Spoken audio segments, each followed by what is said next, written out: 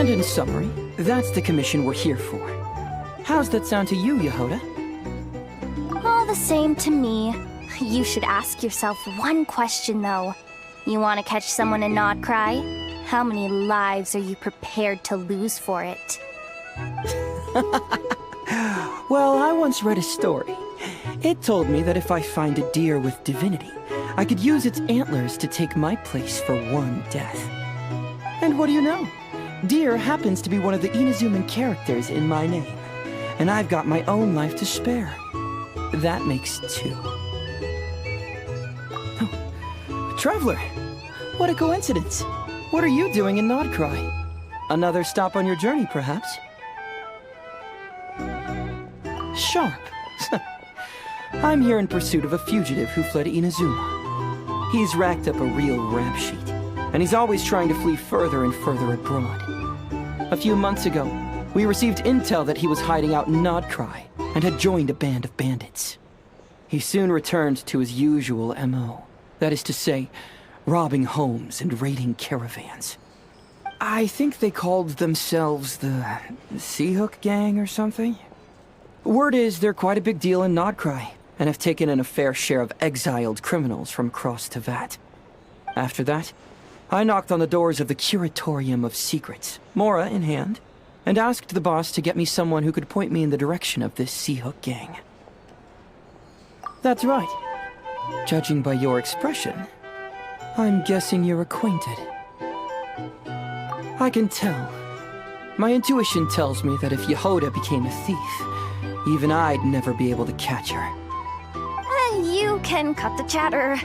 Boss Neff gave me the job, so it's only natural I'd be good at it. But the Seahook Gang you're looking for isn't the original Seahook crew. The original gang's long since disbanded. The people calling themselves that now are just riding on the name and scamming folks left and right. Yeah, I guess I do, huh? Interesting. This is news to me. Would you mind telling me more about this new gang of imposters, Jahoda? What's there to tell? New or old, fake or real, the Seahook Gang are bandits.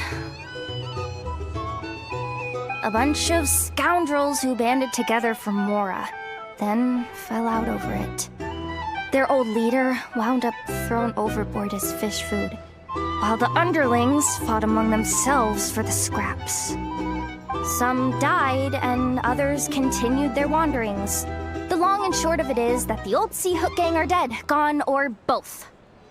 Wait. Doesn't that mean some of the suspects within could have started going around committing crimes again?